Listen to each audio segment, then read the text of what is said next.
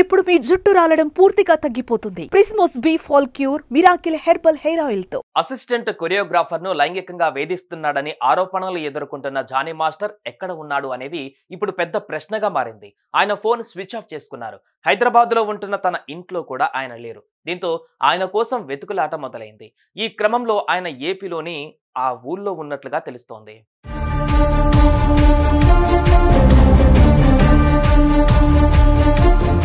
మధ్యప్రదేశ్కి చెందిన ఓ అమ్మాయి 2017లో D dance షోలో పాల్గొంది. ఇదే షోకు జానీ మాస్టర్ జడ్జిగా చేశారు. ఆ సమయంలో ఆమెకు తన వద్ద అసిస్టెంట్గా అవకాశం ఇస్తానని చెప్పారు. ఇచ్చిన మాట ప్రకారం 2019లో ఆమెను అపాయింట్మెంట్ చేసుకున్నారు. అయితే అప్పటి నుంచి ఆ అమ్మాయిని జానీ మాస్టర్ లైంగికంగా, మానసికంగా చాలా రోజుల నుంచి వేధిస్తున్నాడని, ఓ షో కోసం ముంబై వెళ్ళినప్పుడు హోటల్ రూమ్లో తనని బలవంతం చేసి లైంగిక వేధింపులకు పాల్పడ్డాడని యువతి పోలీసులకు ఫిర్యాదు చేసింది. అలానే షూటింగ్ టైంలోనూ అందరి ముందు తనని అసభ్యంగా తాకేవాడని, జానీ మాస్టర్ భార్య కూడా తనని మతం మార్చుకొని అతన్ని పెళ్లి చేసుకోమని చాలా ఇబ్బంది పెట్టిందని ఫిర్యాదులో పేర్కొంది. ఓసారి వ్యానిటీ వ్యాన్లో నార్సింగిలోనూ తన ఇంటికి వచ్చి కూడా లైంగికంగా చాలాసార్లు వేధించాడని సదరు మహిళా కొరియోగ్రాఫర్ పోలీసులకు చెప్పింది.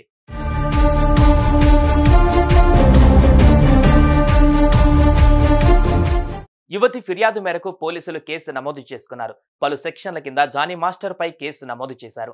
ఇక ఈ విషయం మీడియా వరకు రావడంతో జానీ మాస్టర్ కనబడకుండా పోయారు.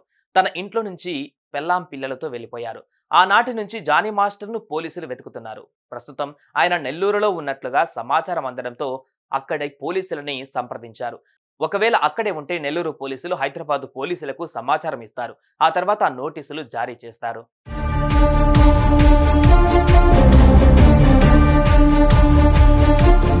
ఇదిలా ఉంటే ఈ విషయంపై తెలుగు ఫిలిం ఛాంబర్ కూడా ఘాటుగానే స్పందించింది. మైనర్ గా ఉన్నప్పుడే బాధితురాలు లైంగిక వేధింపులకు గురైందని, 2 వారాల క్రితం ఈ ఇష్యూ తమ వద్దకు వచ్చిందని, విచారణ కూడా జరుపుతున్నాం అన్నారు. ఇప్పటికే కొన్ని ఆధారాలు కూడా సేకరించినట్లుగా చెప్పారు.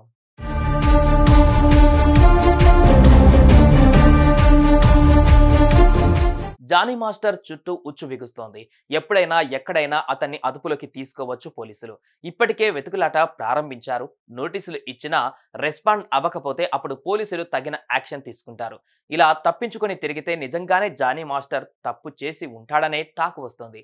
చూడాలి మరి ఆయన ఎలాంటి క్లారిటీ ఇస్తారో. సుమన్ టీవీలో మీ పర్సనల్ అండ్ బిజినెస్ ప్రమోషన్స్ కోసం కింది నెంబర్కి కాంటాక్ట్ చేయండి.